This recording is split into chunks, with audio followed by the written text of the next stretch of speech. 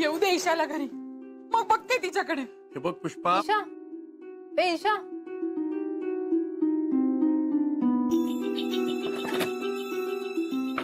ईशा,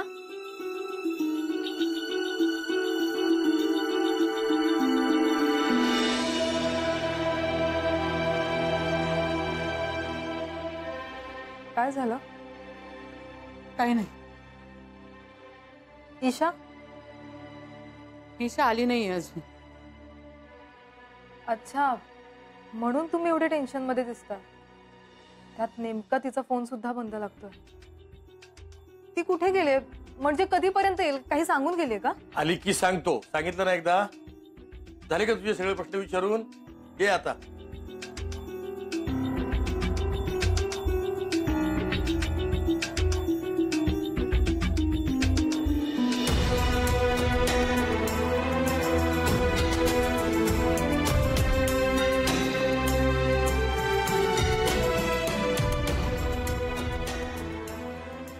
काही झालं तरी मी तिला जाब विचारणार.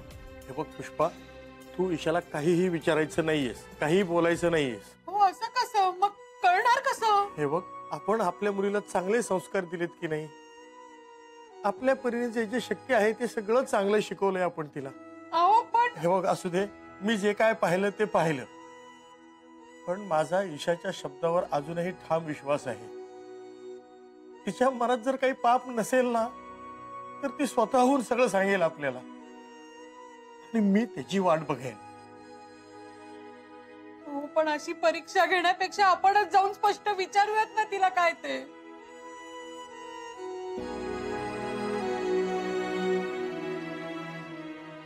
परीक्षा तिची नाहीये, परीक्षा आपल्या संस्कारांची आहे पुष्पा.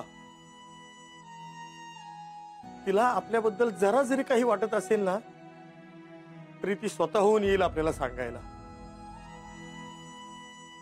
आपण त्याचीच वाट बघायची. पण तिने न सांगता काही केलं तर मग मी असं समजेन की मला मुलगी नव्हतीच कधी.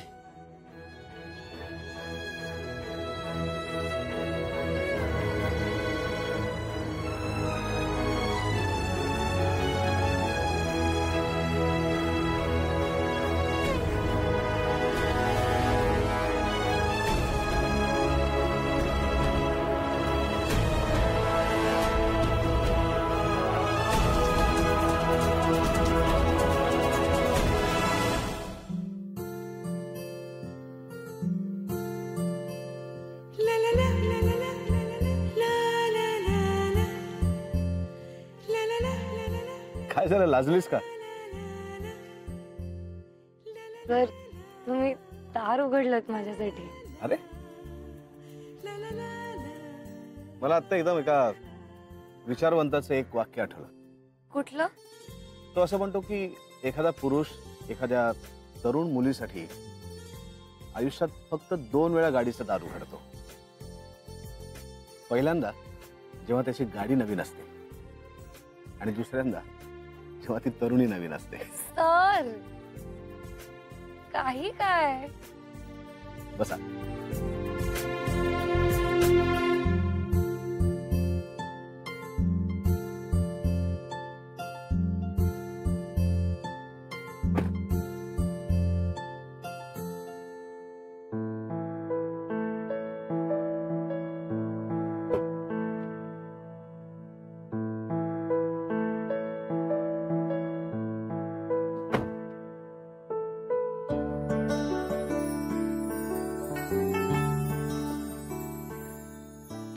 चला, तुझ्या गणपती बाप्पाचा आशीर्वाद मिळाला तर सगळं सुरळीत होणार.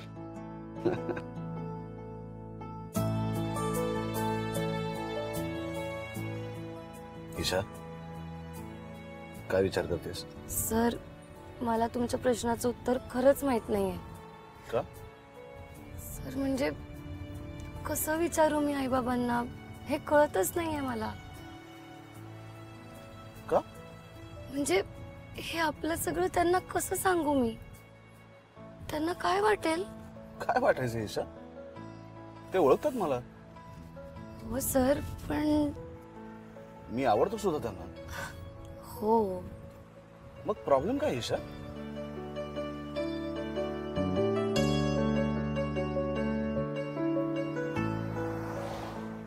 ईशा, तुझ्या मनात काही वेगळी शंका आहे का? हे बघ, तसं असेल तर तू स्पष्टपणे सांग, आपण त्यावरही काहीतरी तोडगा काढूया. सर आपण काय करणार? म्हणजे सगळंच आपल्या हातात असतं कायम असं नाही ना. म्हणजे पण आपल्या हातात का नसतं असं काय वाटतंय तुला? आपलं वय आणि त्यातलं अंतर.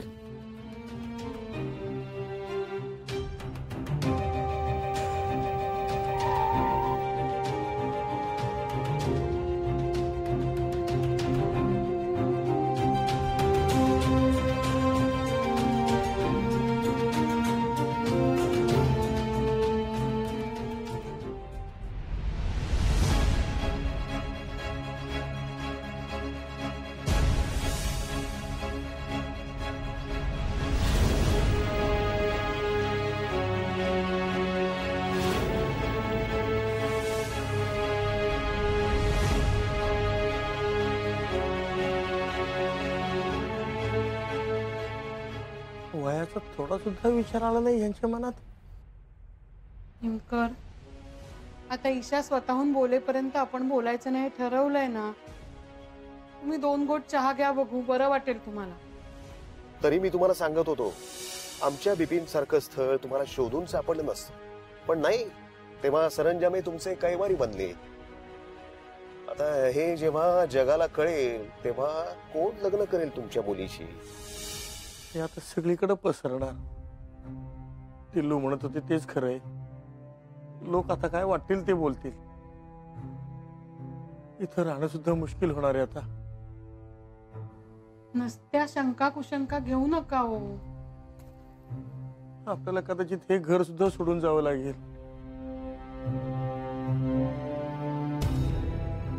पुष्पा, तुझ्या बहिणीच्या घरी राहता येईल ना ग आपल्याला?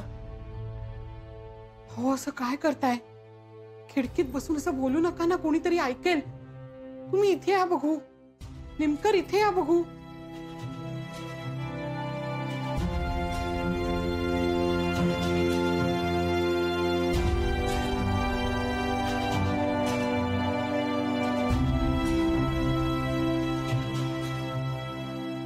आपल्या समोर फार मोठा प्रश्न उभा राहिलाय पुष्पा.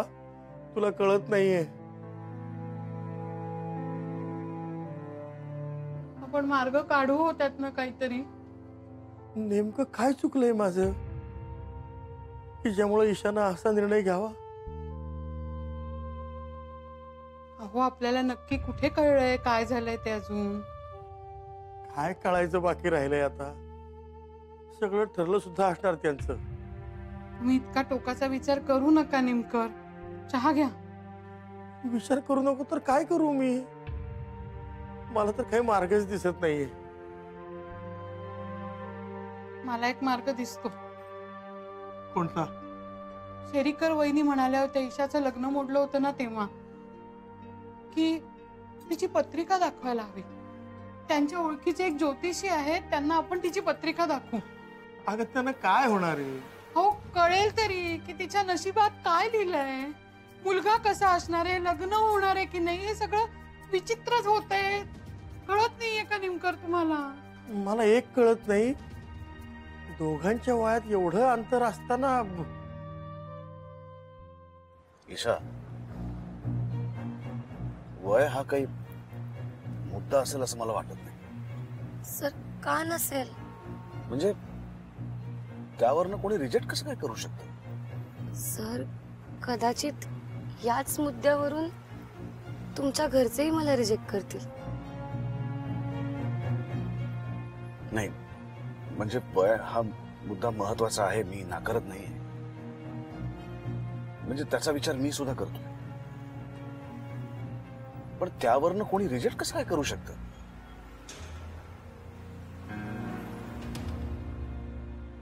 सर तुम्हाला काय वाटतं? तुमच्या घरचे मला स्वीकारतील? हे बघ, माझ्या घरच्यांचं टेन्शन तू घेऊ नकोस. ते मी बघेन. तू आधी तुझ्या आईबाबांचा विचार कर, त्यांच्याशी कसं बोलणार आहेस ते आधी ठरव. त्या आघाडीवरती आपल्याला आधी लढायला पाहिजे, बरोबर? पण सर, मला खरंच काहीच कल्पना नाहीये की माझे आई बाबा कसे रिॲक्ट करतील.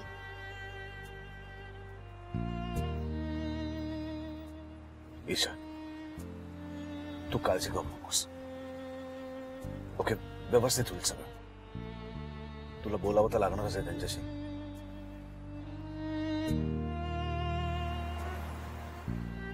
तू एक काम कर, तू घरी जाताना काहीतरी गोड पदार्थ घेऊन जा. आपण जेव्हा आनंदी असतो ना ईशा, तेव्हा आपला आनंद आपण शेअर सुद्धा करायचा असतो. काय घेऊन जाशील?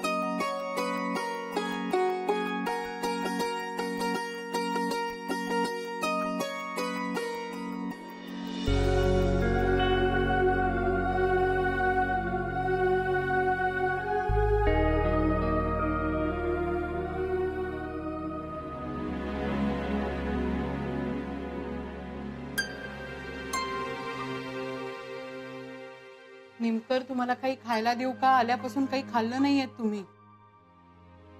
नाही नको, तोंडाला चव नाहीये माझ्या.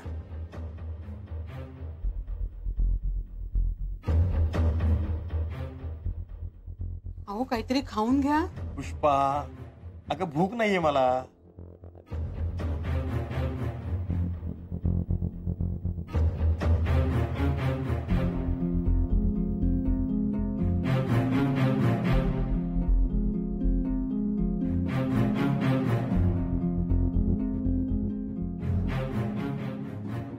दिलं असतं काहीतरी मी. अगं खरंच भूक नाहीये, असू दे.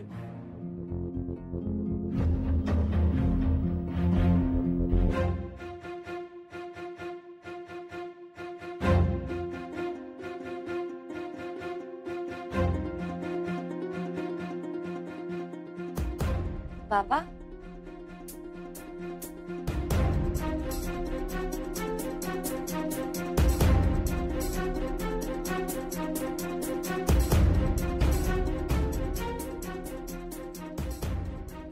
बाबा काय झालं?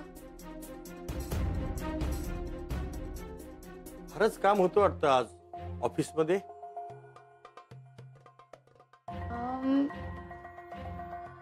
हो म्हणजे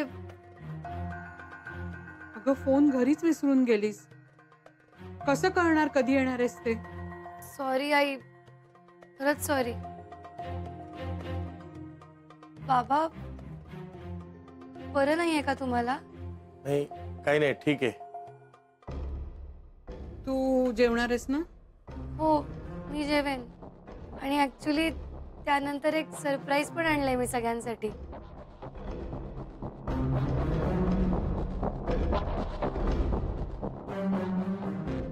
पायनॅपल पेस्ट्री आणलीये. आता बघूच या बाबांच्या तोंडाला कशी चव येत नाही ते.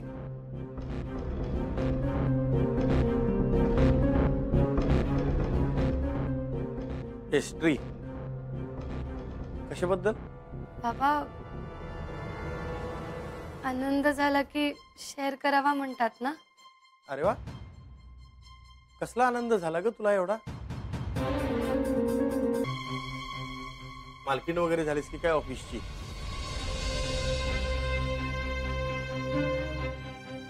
हिमकर, अगं नाही, तसं नाही. म्हणजे नवीन एखाद्या दुसऱ्या डिपार्टमेंटची हेड बनवले की काय हिला सरंजामेंनी, असं विचारायचं होतं मला. हो की नाही? झालीये का? ईशा, चल हातपाय तोंड धुवून घे आणि मला स्वयंपाकाला जरा मदत कर. चल. मी जेवणार नाहीये. पण बाबा, कोणी आग्रह करू नका. तू जा, आवरून घे स्वतःच. जा जा.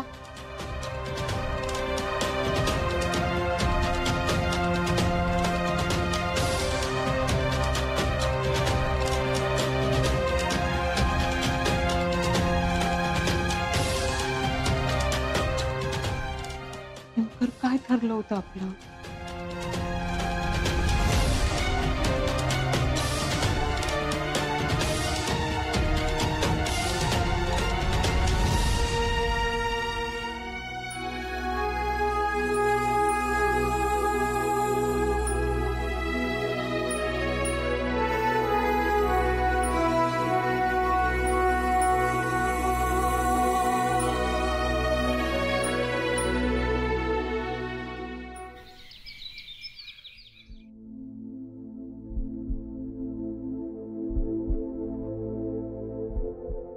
विलास, आज रविवारी पण काम? मी दुसरं काय करणार विक्रांत?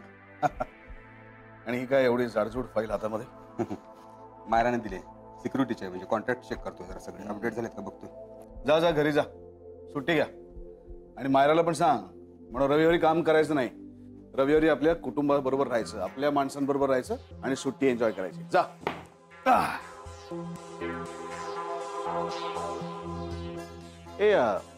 ते फोटो दाखव जरा मला, त्या दिवशी दाखवत होतास. कुठले? ते नाही का, कुठल्या बॉलिवूड स्टार्सचं लग्न झालं होतं ते? हा, रणवीर आणि दीपिका. हा, कुठे झालं होतं ते? इटली. इटली. हा, तर ते फोटो दाखव. आपल्याला आता डेस्टिनेशन शोधायला लागेल ना, फायनल करायला लागेल. तुझं बोलणं झालं का ईशाशी? म्हणजे तू म्हणालास ना, तुझ्यासाठी बोललो मी. माझ्यासाठी? हो, मग माझं लग्न व्हावं, मी बोलावं म्हणून किती मागे लागलो होतास माझ्या. नीट सांग, नीट सांग. पृथ्वी आणि आकाश याच्यामध्ये मी ईशाला लग्नाची मागणी घातली. अच्छा, मग काय म्हणाली ती? हो, अर्थात होकार दिला तिने.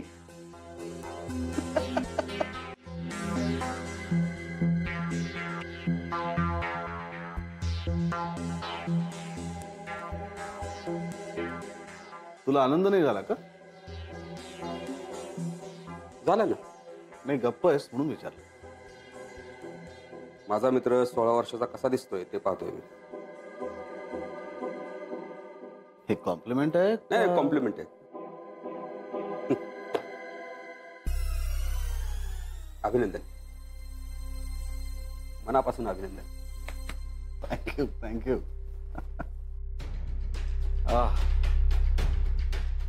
विलास, ईशाची इच्छा होती की आमचं प्रेम मी सगळ्या जगासमोर कबूल करावं, आणि तुझी तशीच इच्छा होती.